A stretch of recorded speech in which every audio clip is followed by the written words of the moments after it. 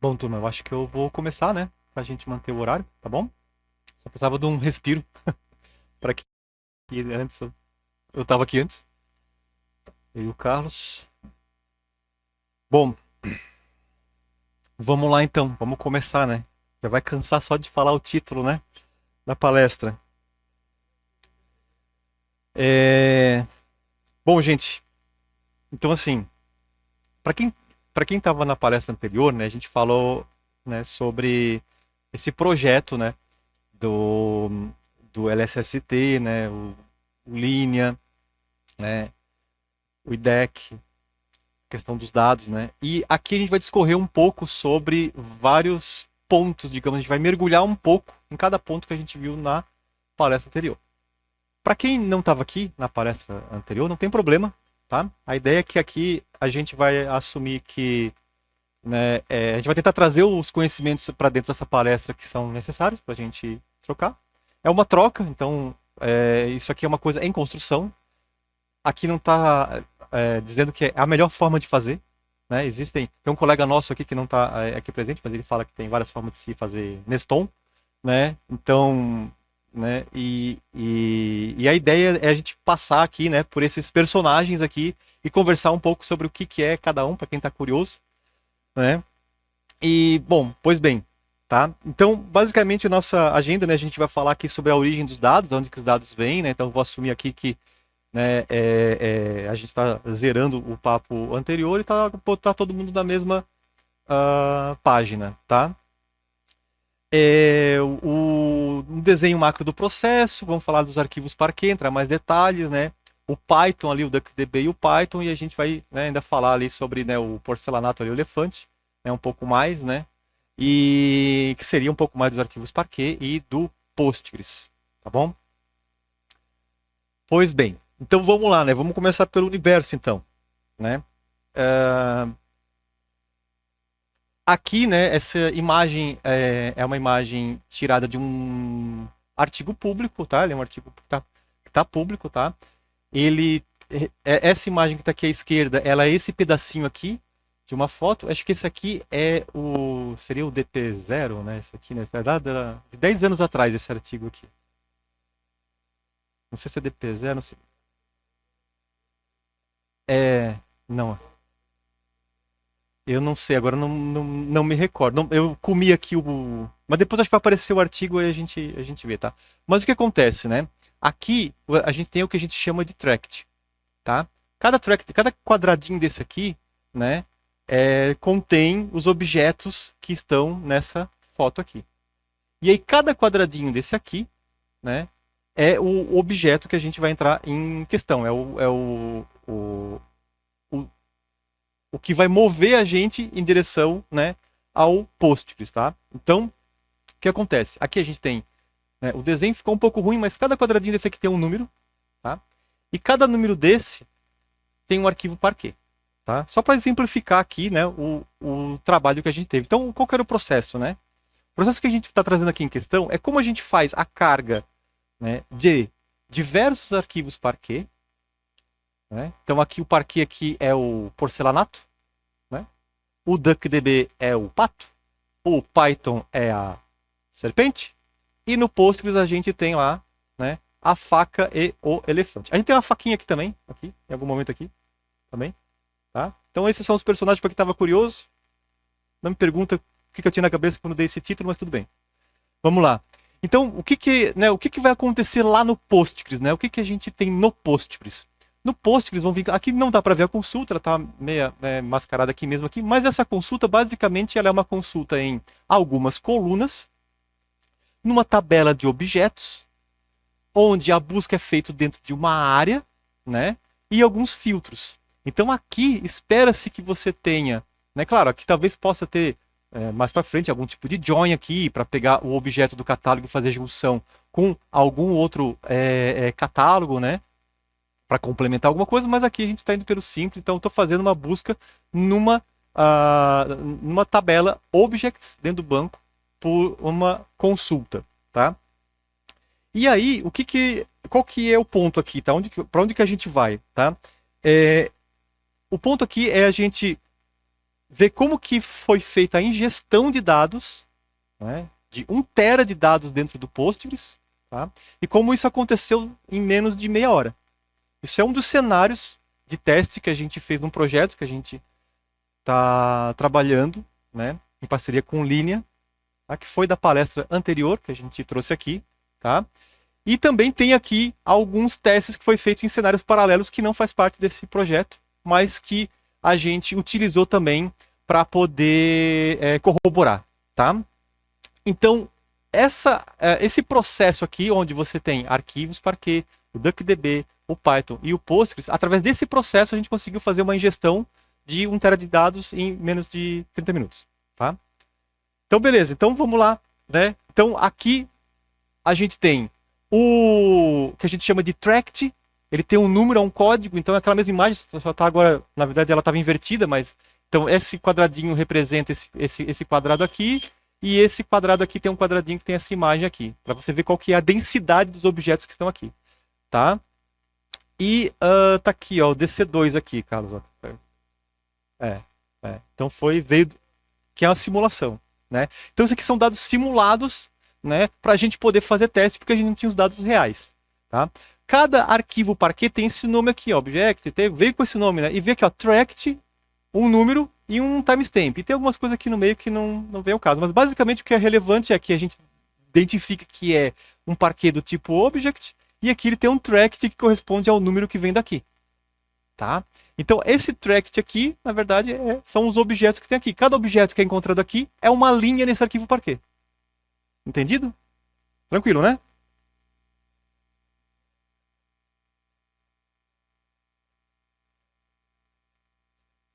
O que veio antes? O que veio antes? Né? O que veio antes? Esses arquivos aqui, eles são dados sintéticos. Eles foram criados com base em estatística, né? Para justamente criar essa massa de dados ainda em teste, digamos assim, para que possa ser feito o teste do pipeline por completo. Então o pessoal assume que essa imagem é real, vamos dizer assim, né, baseado em estatística, né? Então, né, naquela região do céu, estatisticamente pode ter objetos de tais e tais dimensões. Então é criada essa imagem, a imagem. O que chegou para nós foi o arquivo Parquet pronto. O que ele representa? Quem que gerou isso? Foi o time de engenharia, exatamente, que pré-processou isso. E aí, só para ter uma ideia da dimensão, né, dos dados que tem ali, é processada essa imagem, né, e é gerado, então, esses tracts. Isso aqui, eles estão posicionados assim, porque o tract que está à esquerda, né, ele tem adjacência com esse aqui. Então, são objetos que são adjacentes no céu também. Então, isso influencia até como que os dados podem ser organizados dentro da base. Se você vai fazer particionamento, quais são os dados que você vai botar dentro de uma mesma partição? Aqueles que têm mais correlação entre si, né? Então, o primeiro momento foi usar o próprio tract para isso. Tá? E ele é gerado a partir dessa simulação aqui, digamos assim. Fez sentido? Né? E aí, quando chegou para nós, chegou daqui. Essa é uma excelente pergunta, porque essa é uma pergunta que a gente tinha naturalmente, né?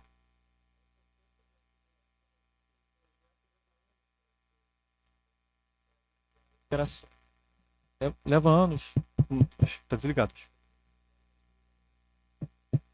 O projeto leva anos para iniciar. Então eles precisam se preparar, desenvolver pipelines científicos, desenvolver toda a infraestrutura. Então eles criam simulações de dados para permitir o desenvolvimento disso, até que de fato os dados sejam oficialmente capturados pela câmera.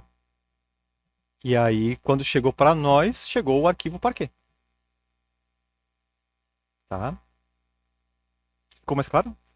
Então tá. Beleza, então. Se tiver dúvida, pessoal, pode levantar a mão, perguntar, tá? Tipo, a ideia aqui também a gente tá trazendo, tá? Beleza, então, ok. Então, os dados, né, tem essas imagens pré-processadas, geram os arquivos Parquet. Né? E aí, então, o que a gente tem? Aqui a gente tinha, né, aí o porcelanato ali, né? Então, o arquivo tem esses nomes aqui, né? Então, cada tract contém objetos que estão num espaço, né, comum ali, né, numa área comum do céu, ali, tá? Então, essa era as características que a gente tinha. Então, 150 arquivos aqui, tá? Com essa numeração. Aí colunas, aqui algumas colunas de exemplo. Então aqui as colunas, elas não têm uma ordem bem específica. Então a gente foi analisando, né, os dados que a gente tinha para poder entender o que a gente poderia fazer com esses dados, né? Então eles não tinham ali uma ordem muito específica. Cada arquivo tinha a sua própria ordem. E os tipos de dados, né, double, booleano, inteiro, enfim, né, dados mais comuns, né, os tipos de dados. Tá? E aí como que a gente pega esses 150, aí no caso aqui está 150, mas os mais recentes testes foram com 157 arquivos. Então tem 7 arquivos a mais ali que vai dar uma diferença não tão grande, né?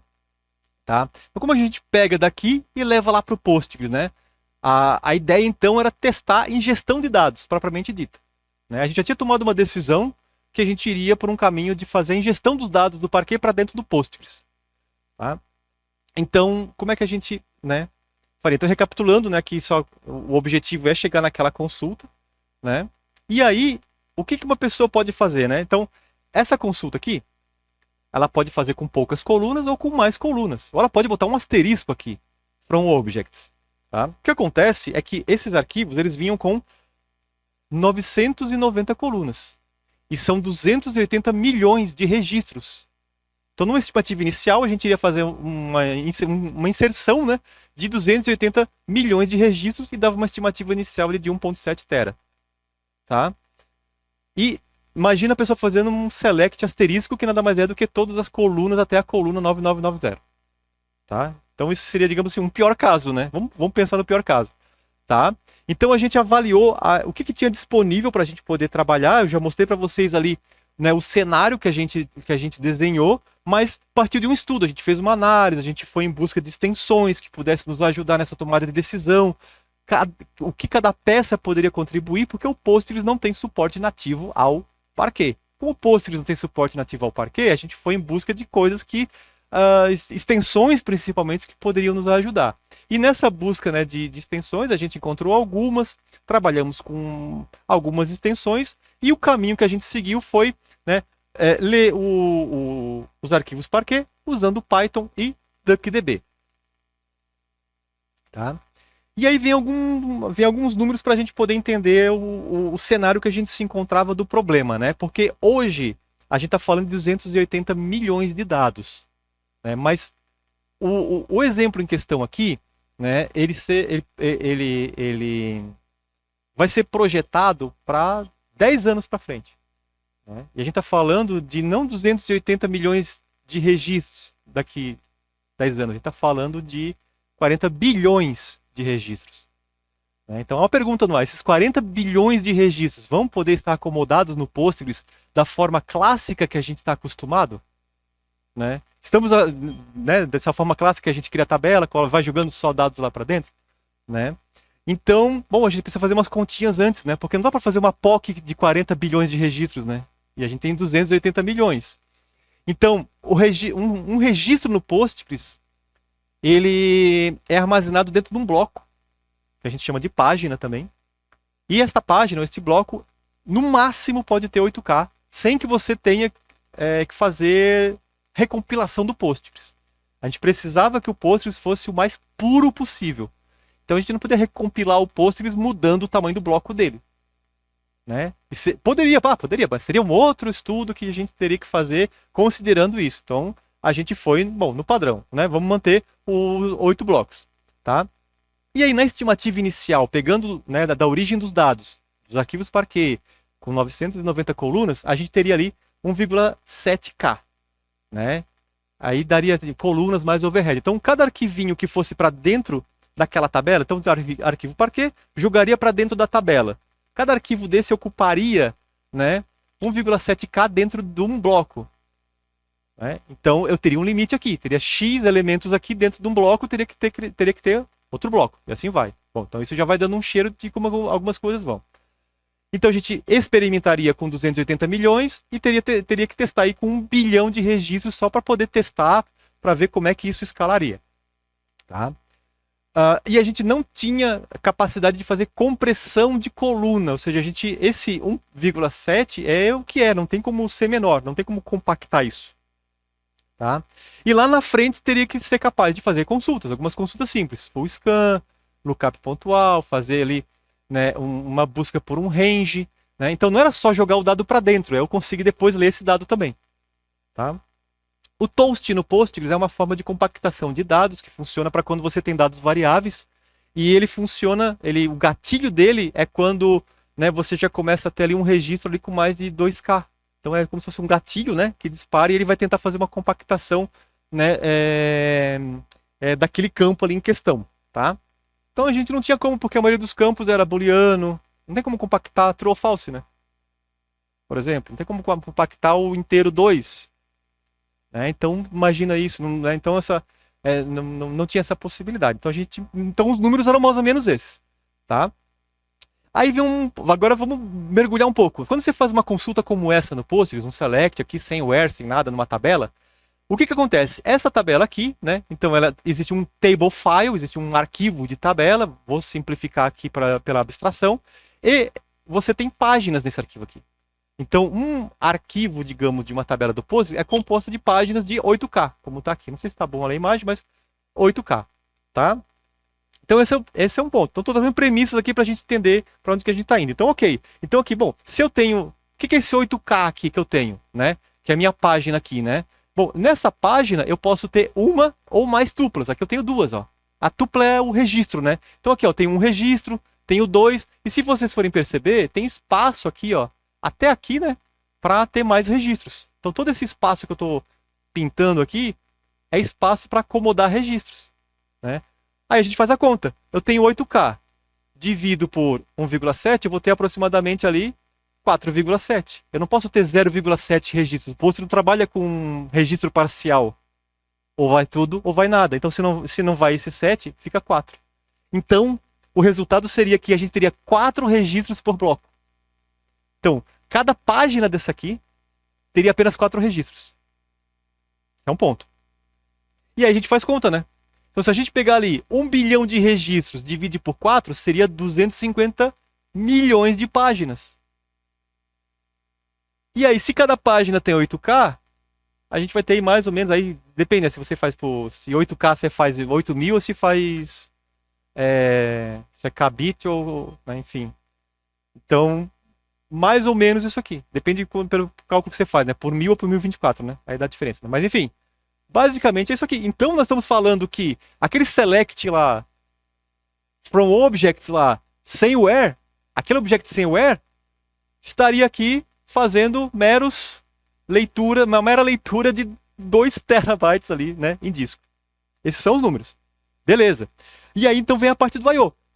Bom, vamos imaginar o pior caso, um full scan na tabela. Pô, então são 2 tera. Então se a gente começa a botar aqui para as plataformas de leitura de disco que a gente tem, a gente consegue ter uma ideia de tempo. Quanto tempo um select daquele, o pior caso, vai levar para retornar. Então, assumindo aqui alguns dados aí de mercado, né, a gente poderia ter esses números aqui, né? Então assim, pô, peraí, 990 colunas. Eu tenho um resultado aproximado, que são estimativas com base, né, em análise, né? Primeiro corte que a gente pôde fazer, né, foi o quê? Vamos quebrar de 990 colunas para um valor menor? Será que todas essas 990 colunas são importantes, né? Então, peraí, vamos fazer uma análise. Então, o time de especialista avaliou, analisou, né? E aí de 990 foi para 330 colunas. E aí, bom, ok, agora eu tenho menos colunas. O que acontece se eu tenho menos colunas? Tenho menos dados ali. Se eu tenho menos dados, eu vou ocupar menos espaço. Se eu ocupo menos espaço, o que sobra? Espaço. Quanto mais queijo, né? Menos queijo, não é aquele negócio assim? Né? Então, logo, se eu tenho que ler uma quantidade menor de blocos, esse tempo já diminui. Então a gente já caiu ali para 680 GB de leitura no pior caso. Estamos falando. Ok, beleza. Né? Então que é só para ilustrar gargalos de I/O. Segundo corte rápido, Tramontina. Né? Tem outra forma de quebrar isso? Bom, então a gente fez um select lá em Objects. será que eu consigo quebrar objects em fatias menores? Qual é a fatia que eu consigo quebrar para botar dados para dentro, né? De forma que eu otimize. Então eu dei uma, né, diminuir espaço, fiz ali um shrink ali, né? Tipo, beleza, reduzir a quantidade de colunas. Tá, mas agora eu quero distribuir esses dados de uma forma melhor. Porque essa distribuição de dados, a importância disso aqui para nós é porque a gente tem vários arquivos e a gente gostaria de processar esses arquivos em paralelo. E ao processar os arquivos em paralelo, a gente queria usar um pulo do gato, digamos assim. Bom, quero processar um arquivo em paralelo. Como é que seria o processamento do arquivo? Leio, insere na tabela. Leio, insere na tabela. Se eu estou fazendo em paralelo, eu estou fazendo vários inserts na mesma tabela.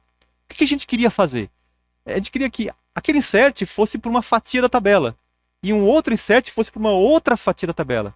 Distribuir a I/O, tentar reduzir a questão de carga, tentar reduzir a pressão na tabela. A gente estava fazendo isso aqui sem índice, mas no futuro a gente tem que tomar uma decisão ainda do quais índices já são criados logo de início para essa carga que vai acontecer de 40 bilhões de registros, né? Então era um experimento que a gente precisava fazer, né? Então, em questão, né, a gente criou aqui uma tabela de partição para cada tract. Então, tipo, eu tenho esse arquivo aqui 380, no processamento ele já cai direto para essa partição aqui. Eu não jogo na partição mãe para ela tomar a decisão para qual partição vai, o registro. Porque eu já tenho uma informação que todos os registros que estão no mesmo tract, eles são da mesma partição, que representa um cluster no céu. É um cluster. Então, a gente queria fazer isso, jogar isso direto, porque a gente não queria passar isso para o Postgres descobrir o tract, para ele rotear. Porque hoje estamos falando de 150 partições, mas vão ser aí aproximadamente quase 5 mil, são mais de 4 mil arquivos, né? Mais de 4 mil arquivos. O Postgres não vai suportar 4 mil partições. Então a gente vai ter que ter uma técnica de distribuição, usando provavelmente o tract, para fazer essa carga funcionar de um jeito mais eficiente. Então o primeiro experimento é como que funciona a carga eu fazendo direto e fazendo para partição. Tem diferença. Então o melhor caminho foi fazer direto aqui na partição. Direto na partição, porque a gente já sabe ela de antemão. A gente não precisa passar para o Postgres para ele olhar lá e ver que é o tract e aí jogar no tract adequado. Beleza. Aí vem o DuckDB. Tá? Passamos pelo arquivo aqui. Alguém tem alguma dúvida até esse ponto aqui? Alguma pergunta? Até aqui? Tudo certo? Beleza. Agora já definimos como que os arquivos, né, vão estar fatiados e como que a tabela do outro lado que vai acomodar esses arquivos vai estar preparada. Beleza. DuckDB. Ok. Não. Ok. O que o DuckDB é? O DuckDB, ele é um banco de dados analítico que funciona por cima do SQLite, né? Então eles pegaram o SQLite, expandiram, criaram uma espécie de extensão nele, ele tem muita compatibilidade com o SQLite, e em cima dele você consegue fazer consultas em vários tipos de dados. Então você pode fazer em CSV, você pode fazer em dados JSON. Ah, mas meu dado JSON é chave-valor. Ele entende, ele tem um tipo map lá dentro, tem um tipo structure lá dentro, tem um tipo array lá dentro, que você consegue fazer um select navegando em um arquivo JSON. Tá? Então, para quem trabalha com análise de dados, por exemplo, e vem um pouco mais do SQL, se sente mais familiarizado em usar o DuckDB para fazer análise de dados do que usar, por exemplo, a biblioteca Pandas do Python, que também tem mecanismos para isso. Mas no caso aqui pode ser mais fluido para quem é mais fluente em SQL. Então, que era o nosso caso também, né? Beleza. Então, o que a gente consegue fazer? A gente consegue fazer isso dentro do DuckDB aqui, ó. Né? Basicamente tipo, DuckDB. Não. DuckDB. É isso aqui. Tipo, ponto .help. Eita, tá difícil. Pegou o SQLite aqui. Tá? Então é isso, o DuckDB, tipo, o SQLite é aquilo ali, é local na máquina, ele não é um servidor, nada, ele é local, ele roda local na máquina, instala ele ali, é um bináriozinho, DuckDB, pronto, já está dentro dele, e aí, né, você pode fazer aqui, select asterisco from read CSV auto, e aí esse auto aqui ele para ele descobrir os tipos de dados dentro do CSV, e você já coloca aqui coluna X e maior que 100. Então ele vai fazer essa consulta para você. É uma forma de você... Até inclusive você nem precisa passar isso aqui, tá? Você pode tirar isso aqui, pode passar direto assim, ó, select asterisco from, abre aspa, dados.csv, fecha aspa. Aí se tiver um arquivo local com esse nome, ele vai ler e vai traduzir para você. Perfeito, você consegue fazer select. Aqui também, select JSON alto, mesmo princípio. E aí você consegue aqui fazer select nele. Ok, beleza. JSON, suporta JSON, tem algumas sintaxes próprias. Beleza. Então basicamente isso é o que a gente tem no Pato, nosso DuckDB. Capacidade de fazer consulta SQL dentro de arquivos. E ele aceita arquivos Parquet. Outra coisa que ele tem de característica que é muito interessante, tá? Você pode atachar um banco de dados. Então você consegue fazer o quê? Você consegue fazer atachar um banco de dados e vazou a senha. Tá. Bom, então aqui, tá aqui, ó, db name e tal, você passa uma string de conexão do post, tá lá, porta 5432, famosa. Você dá um nome para isso e diz que o tipo é Postgres. E aí você pode criar uma tabela no PG, ou seja, aqui tá, isso aqui você está executando dentro do DuckDB, tá? Você cria a tabela aqui, no public, que daí já é o esquema lá do Postgres, dá um nome, e aí você pode dizer que essa tabela vai ser criada com base no resultado desse arquivo Parquet. Então você tem um arquivo Parquet, que tem uma estrutura de dados. Aí você quer criar a tabela lá no Postgres. Qual era uma dificuldade que a gente teve? Né? Era justamente a questão de, pô, eu vou ter que traduzir essa estrutura de dados do Parquet para fazer um create table no Postgres, aí eu crio a tabela no Postgres, aí eu vou fazer o insert no Parquet. Não, na verdade a gente fazia um limite zero, aí o limite zero só vê as colunas, né? Não vem dado, só vê a coluna.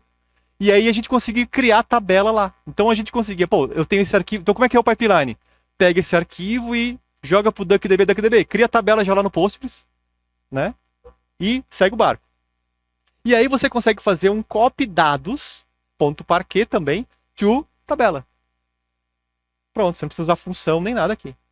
E também, ou você pode fazer insert into pg.public tabela, e esse pg é esse ponto que está aqui, tá? Select asterisco from e aí um read Parquet aqui na jogada. Então você pode fazer também. Tá? Então, com essa premissa, a gente pensou o quê? Bom, então vamos usar esse mecanismo para criar as tabelas do outro lado, de forma transparente, e carregar dados. Né? E aí, isso aqui nos deu um cheiro de que a gente poderia otimizar processamento futuro. Porque se você faz um select asterisco, não sei se todo mundo está enxergando aqui embaixo, aqui, tá? Select asterisco from read Parquet, esse asterisco você pode botar nome de colunas aqui do arquivo Parquet. Então isso nos permite que, diferente do copy, que daí o arquivo vem com todas as suas colunas para dentro do Postgres, tá? Aqui você pode selecionar as colunas que você quer. Então o time de engenharia pode gerar um arquivo Parquet com 5.000 colunas, se eles quiserem. E você lê. Aí eu não sei qual que é a quantidade máxima de colunas que o Parquet exporta, tá? Mas aí você poderia fazer isso então. Você pode selecionar as colunas que você quer. Então naquele corte rápido Tramontina que a gente fez lá, não necessariamente a gente está fazendo direto no arquivo. A gente está fazendo na origem. Aí a demo eu não vou conseguir fazer a demo aqui, muito arriscado, mas se der tempinho no final eu posso fazer a demo, tá? Não vou me arriscar agora, mas quem sabe depois ali dá, tá bom? E aí, ok, aí o DuckDB sozinho não funciona, precisa do Python, então na verdade o Python não necessariamente o fluxo do dado é do DuckDB para o Python aqui funcionou como o quê? Como um orquestrador. O Python, ele foi feito para quê? Para acomodar os processos do DuckDB, tá? E esse é o resumo do processo de carga, tá? Então a gente tem o quê? Cada arquivinho Parquet é consumido por um processo do DuckDB. Tá? Cada um desse aqui é um processo do DuckDB. O Python orquestra esses processos. Então, o Python abre vários processos do DuckDB, usando uma biblioteca do Python, não o comando que eu fiz aqui. Eu fiz um comando aqui, DuckDB, posso fazer? Posso, mas a lib do Python faz isso por debaixo dos panos, igual a lib do Python para ler SQLite, por exemplo. Tá? E aí, o DuckDB processa isso e já joga direto na partição, caindo lá para o Postgres. Então toda a lógica de roteamento de partição, ela pode ser desacoplada do Postgres e colocar da lógica aqui. Então você pode, em tempo de leitura do Parquet, tomar uma decisão de roteamento para definir para qual partição vai lá no lado do Postgres. Em tempo de processamento, você pode definir quais colunas do arquivo Parquet vai lá para o Postgres. Tá? Aí aqui tem um pouquinho de código, né? Que basicamente esse código aqui tem um Python, tá? Que tem uma função Python. Essa função ela é executada. Essa função ela é executada pelo Python, que é o que instancia cada, digamos, processo desse aqui, tá? Então o que ela faz? Ela insere, né, do Parquet para o Postgres. Então basicamente recebe um arquivo aqui e aí ela vai conectar no DuckDB, que é a lib que a gente usou do Python, tá? E lá dentro da conexão ela executa install Postgres, load Postgres, porque quando você faz isso pela primeira vez, o Parquet é como o Parquet instala a extensão, tá? Então, Parquet, desculpa, o DuckDB instala a extensão. Então você instala o Postgres, load Postgres. Então a partir daqui ele já tem o Postgres instalado, já fica no cache dele, no cache do disco lá. Então na próxima execução esse install ele já ignora, né? E o load é para você poder executar uma taxa e usar aqui, ó, type Postgres, tá? Aqui ainda a gente também definiu aqui que ele vai atachar numa variável, né, numa variável global aqui, pgcon aqui, numa constante pgcon, que é a string de conexão, e um esquema que a gente define, porque a gente pode executar isso aqui para N esquemas diferentes, porque você quer testar de repente, né? Vários cenários diferentes, cada cenário é um esquema de destino.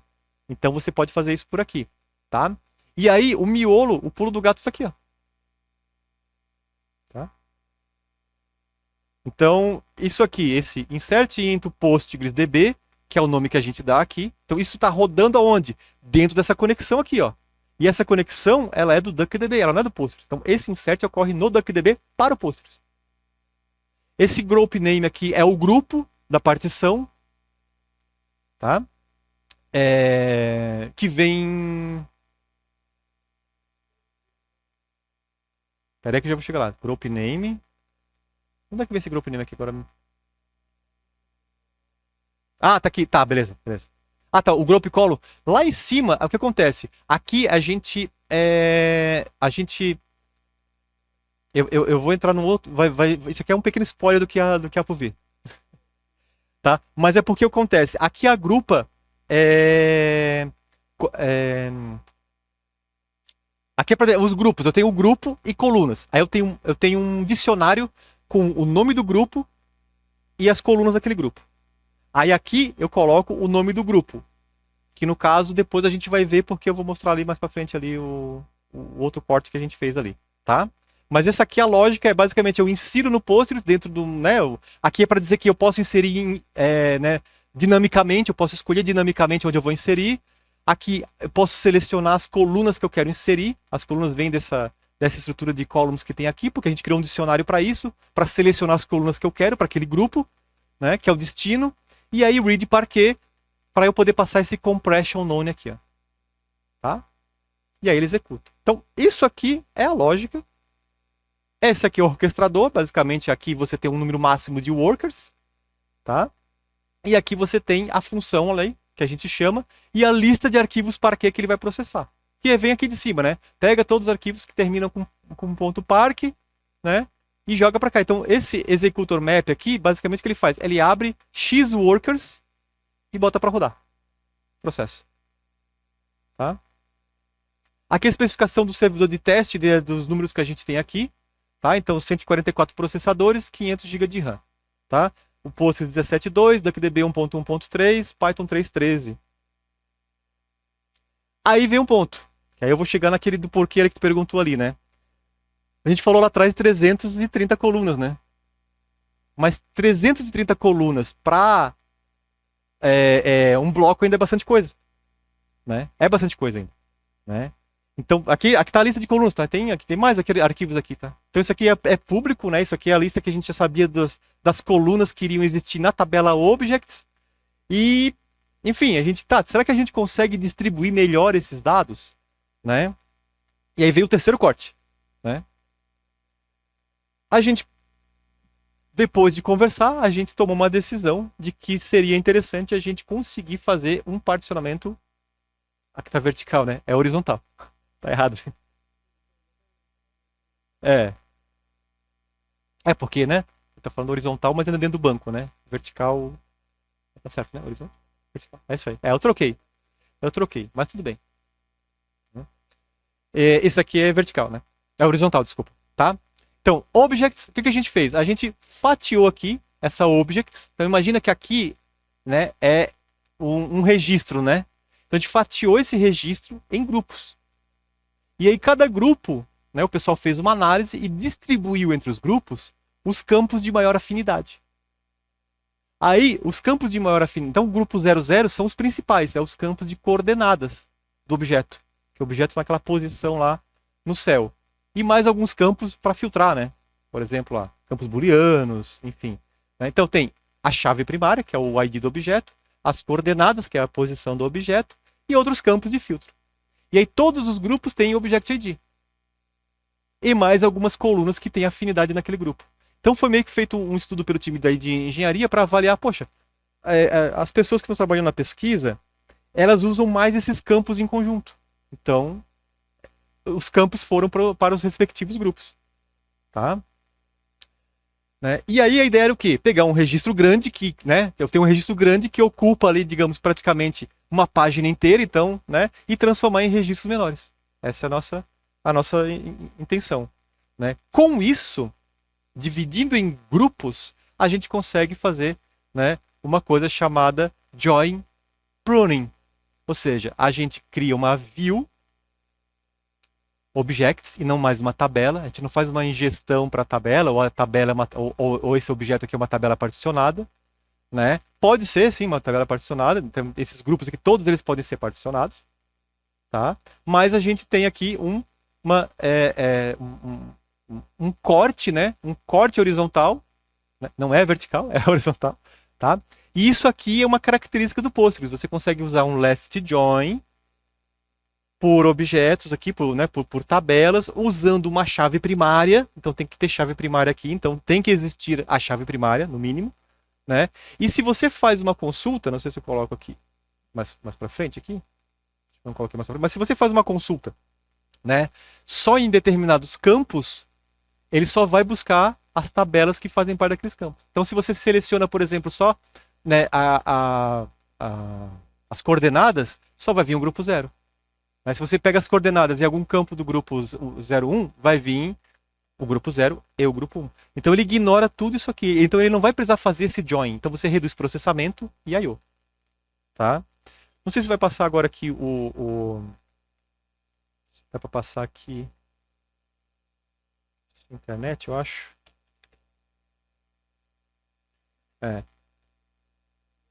Deixa eu passar aqui, vou passar aqui só um processo de carga para vocês verem. Alguém fala de dúvida? Então, seria, na verdade, o senhor criou novas tabelas. Tá ligado? Tá ligado. Então, na verdade, o senhor particionou criando novas tabelas ou criando novas colunas? Tabelas e colunas. Tabelas e colunas? Tabelas e colunas. Particionamento daí, a gente fez o particionamento vertical. Partição para cada arquivo já ir para o seu destino. E colunas para a gente, uma vez que os dados estão lá, eles estão distribuídos também horizontalmente. Então você ganha no processo de ingestão, né? E você ganha depois na leitura, porque não é sobre só a ingestão, é depois usar isso aí depois. Tá? Então tem um videozinho aqui, né, de alguns segundos aqui, né, que demonstra o processo de carga. Tá? Não vai dar para ver muito aqui, tá? Mas não vai dar para ver legal. Mas aqui basicamente você consegue acompanhar do processo qual foi o bloqueio mais significativo, tá? Não ficou bom ali por causa do fundo preto, tá? Mas o bloqueio no Postgres mais significativo que teve durante o processo de carga, né, foi o insert no wall.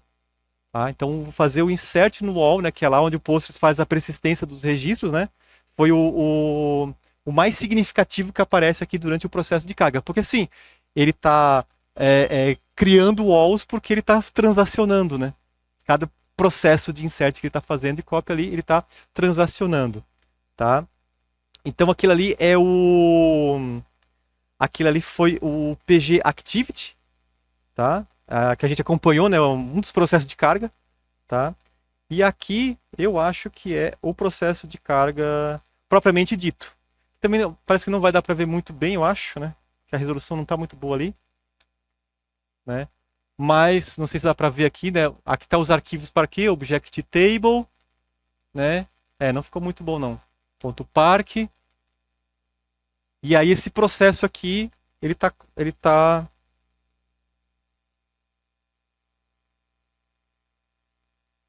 Ó, daí aqui, por exemplo, aqui, ó, terminou, uma das tabelas terminou em 278 segundos, aqui terminou em 360, 258 segundos. Então esse é o tempo de carga que ocorreu do processamento daquele conjunto de arquivos, né? Porque a gente vai pegando por grupo, se a gente for ver ali, né?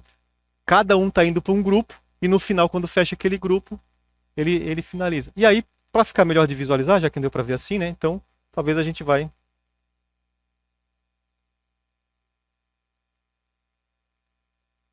Aqui o tamanho final depois com os índices, né? Que ficou ali 5 tera.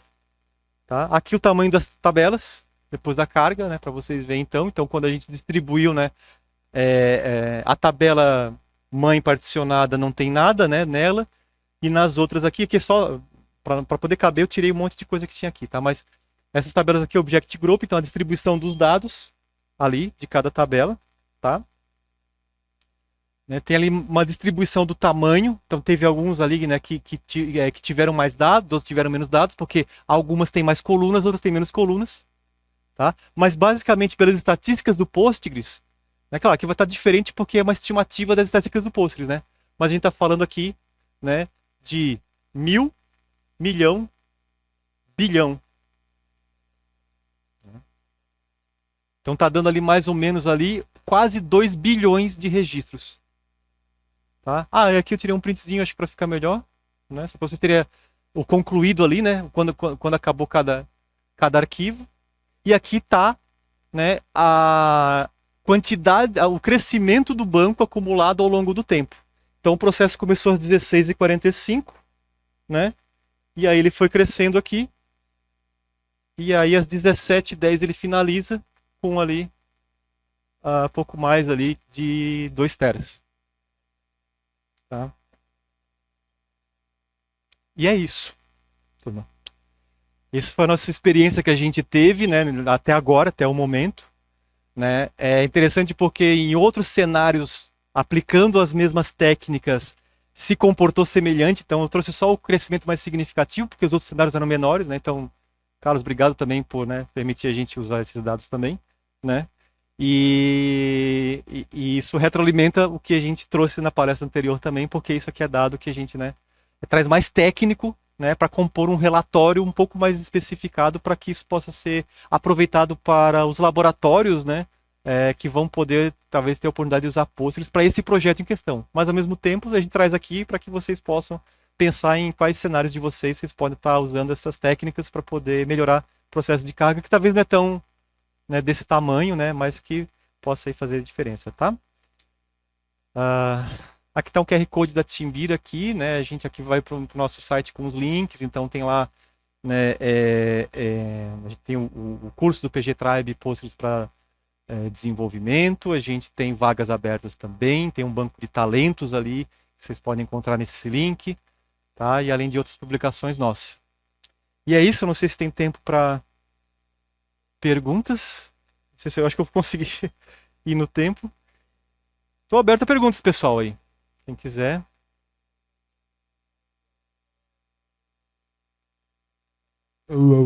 Tá, Tolkien tá lá primeiro.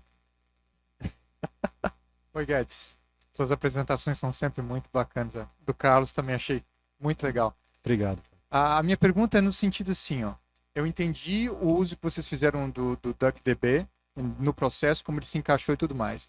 Mas, considerando um projeto de 10 anos, apesar de que vai começar agora, mas se você não tivesse um limite de recurso, vocês dois, e de tempo nesse momento, como você faria esse processo diferente? Excelente pergunta. E eu acho que na palestra anterior a gente falou que a gente está fazendo um trabalho de ciência, né? E talvez eu não tenha a resposta para você nesse momento. Porque justamente esse recurso que a gente colocou de servidor, por exemplo, né? Não trouxe aqui, mas o processo de ingestão estava rodando no mesmo servidor que o Postgres, por exemplo. Esse é um ponto.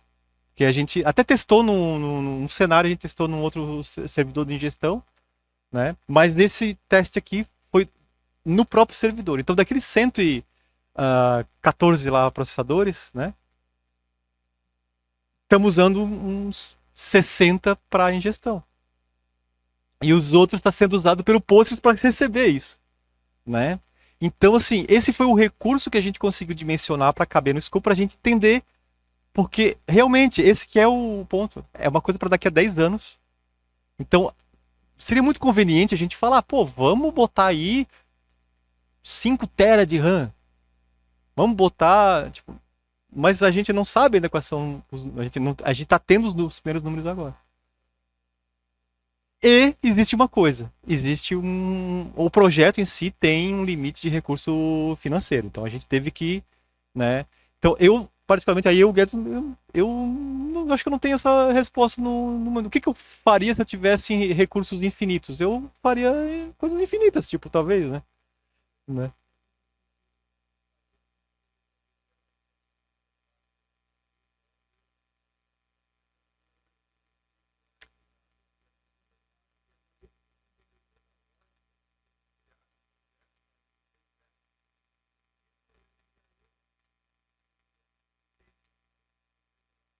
Tudo que a gente está fazendo aqui é para entender qual é o menor impacto de I/O que a gente tem para um processo de carga, que depois que a carga foi feita, o dado está lá e eu não posso repensar, às vezes, o dado, repensar a tabela, né? Então você já tem que meio que fazer aos poucos nesse tiro. Agora, mas você falou uma coisa e me veio. O Postgres, você pode criar um access method para a tabela. Você pode criar você pode dizer assim, a minha tabela, você cria um método de acesso para o teu objeto. Então isso tem para índice e tem para tabela. Você pode criar um tipo de método de acesso. Qual que é o método de acesso padrão do Postgres? Heap, que é aquilo lá, uma página tupla e os ponteirinhos apontando. Você pode criar um método de acesso, por exemplo, que você cria uma tabela no Postgres e diz que o método de acesso é, por exemplo, arquivo. Um arquivo CSV, vamos hipotetizando aqui. Então, no Postgres é uma tabela, mas ele interpreta arquivos do tipo CSV. Bom, então talvez você possa criar um método de acesso Parquet. E você, no lugar de você fazer a ingestão para o Postgres, né, você atacha o Parquet à tabela. Então é transparente e quase que de imediato você teria disponível o dado lá. Entendeu? Aí foi nessa busca que veio, a gente falou lá na outra call ali, na outra palestra, do PG Parquet. Porque o PG Parquet, ele é uma extensão feita em Rust e ele usa o Apache Arrow, a biblioteca em Rust, e ele meio que consegue fazer essa jogada por debaixo dos panos para você. Quando você faz um select asterisco from e na tua consulta você usa uma função do PG Parquet, ele intercepta aquilo, cria um plano de execução para ler o Parquet e todas as funções ele injeta para rodar lá no DuckDB. Desculpa, eu falei PG Parquet, é PG DuckDB. Desculpa, a PG DuckDB. Ela faz isso. Então, ele ainda usa o DuckDB por baixo dos panos. A PG Parquet não usa o DuckDB, ela usa o Apache Arrow. E aí ela por si só faz isso. Só que, por exemplo, ela não ainda tem um desempenho tão bom em paralelismo quanto o DuckDB tem, por exemplo. Mas a lógica está ali. Talvez no lugar de ser uma extensão por meio de função, então ela está lá na shared, e aí quando você chama a função, o planejador está sempre olhando, né? tenho que fazer alguma coisa? Tem que fazer alguma coisa? Tem que fazer alguma coisa? Tenho, porque é uma função do PG Parquet. Ah, então agora eu vou mexer no plano. Aí ele muda o plano. Talvez um caminho é trabalhar com um método de acesso otimizado, que use recursos de paralelismo, para que você possa pegar o parquet, colocar ali, ele use do maquinário do que tem dentro do projeto Arrow, da Apache, para otimizar aquilo ali. Aí fica, de certa forma, transparente. Talvez esse é um caminho em termos de... Porque daí você otimiza armazenamento, I/O, porque o parquet é muito menor, é um armazenamento colunar, né? Ou trabalharia com outro tipo de armazenamento, criaria um tipo de armazenamento colunar diferente. Mas talvez o caminho ainda é essa questão do armazenamento colunar, talvez possa ser um ponto. Mas aí tem toda uma questão do entorno, porque não é só esses dados sozinhos, você tem projetos, né, da comunidade astronômica que tem muita coisa em Postgres lá.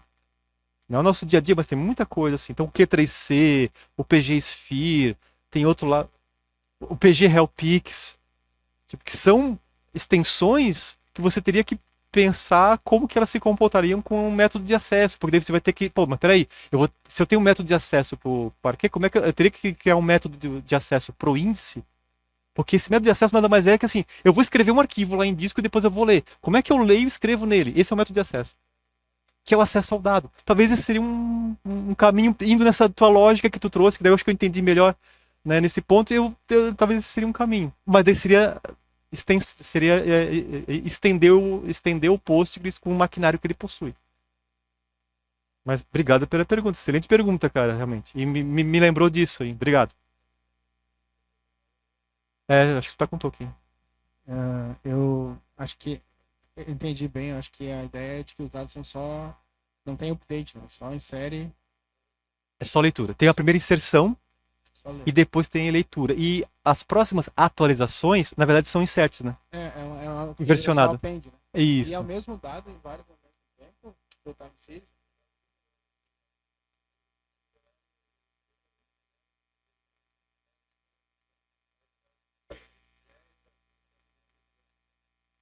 Mas esses dados é tipo um período de dados, sei lá, de 2005 para 2010, para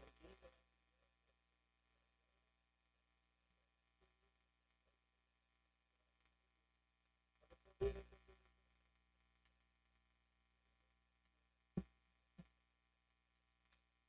Os dados são acumulativos. Você identifica os objetos agora na versão 1. Quando chegar na versão 2, você identifica mais objetos. E aí a versão 2 contém a versão 1 dentro. E assim vai até a versão 11. Mas a minha pergunta é, eu olhei pro céu agora e anotei, ponto A tem estrela, ponto B tem outra estrela e vai. Aí amanhã eu olho de novo, ponto A tem uma estrela, ponto B tem uma estrela, ponto C tem uma terceira estrela tá nova. Então eu tenho os dados no momento do tempo e eu fazendo a mesma análise no final do tempo. Então é um dado em formato time series. Essa é a pergunta. Não é. Nesse caso não é. Mas eles também disponibilizam esses dados no formato time series. Os dados que nós vamos ter no IDEC não considera a questão do tempo. Mas eles vão ter um catálogo separado para isso. O volume de dados disso é muito maior. É porque, não quero fazer jabá da firma, mas a gente tem uma extensão que resolve o negócio do time series. E uma das coisas que vocês estão fazendo com o Parquet é o que a gente usa para poder ler dados externos. Não fazendo jabá, mas eu testei, tá? Com a extensão, né? E o problema é o particionamento. Particionar pelo quê? Porque não tem uma partição. Não tem uma partição. Não tem. Porque, tipo assim, o objeto é aquele objeto. Tipo, ele só vai ter uma outra data. Tipo, não é o dado não é contínuo, ele é discreto. E aí eu não consigo achar uma partição que caiba para fazer a hypertable. Eu só não quis trazer aqui, né, tipo, mas foi um teste, depois acho que a gente pode até trocar uma ideia, troquei ideia com o Fabrício também. E trocando ideia com o Fabrício... Para isso, vocês teriam que trabalhar com o que chama de single effort, que é a exposição única ao longo do tempo. E aí que falta o volume enorme, isso aí a gente não vai armazenar. Que daí teria, tipo, um filme praticamente, Isso, assim, né? Tipo, exatamente. aí tu vai ver, tipo, o troço tá parado, daí tá até agora lá, o 3 e Atlas lá, né? Tipo, isso aqui é um cometa, porque o negócio tá, né? tá se movendo, tipo, né? É isso, né? Mas a gente testou, tá, Sebastião? Porque daí, tipo, foi uma hipótese, né? Será que os chunks, toda aquela coisa que faz parte dos planos e tal, mas daí a dificuldade foi, qual é a partição? Né? Aqui esse exemplo de partição é um exemplo de partição, mas que não é a definitiva, sabe?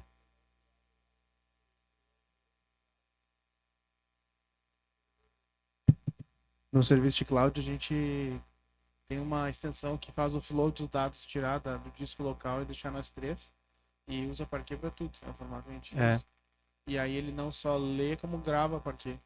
E aí ele tem uma magia ali que ele faz. Dado não tá aqui, traz local, edita, pá, puxa, volta, faz tudo isso. Mas é exatamente o mesmo formato, que virou um padrão de mercado.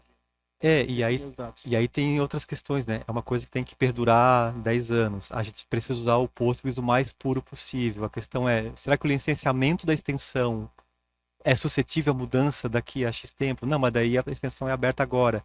Aí quem que vai poder dar manutenção nisso se caso mudar? Então tem uma série de coisas que não são tão técnicas que também tem que ir pensando. Aqui é bem técnico a questão do, né? Olha, assim funciona, carga assim, carga assim. Então, mas quando cai para esse ponto de decisões mais de longo prazo, você já sai um pouco, vai ter que ir mais pro tático, pro estratégico, você já tem que pensar, tá, mas vou usar a extensão. A extensão resolve o problema agora.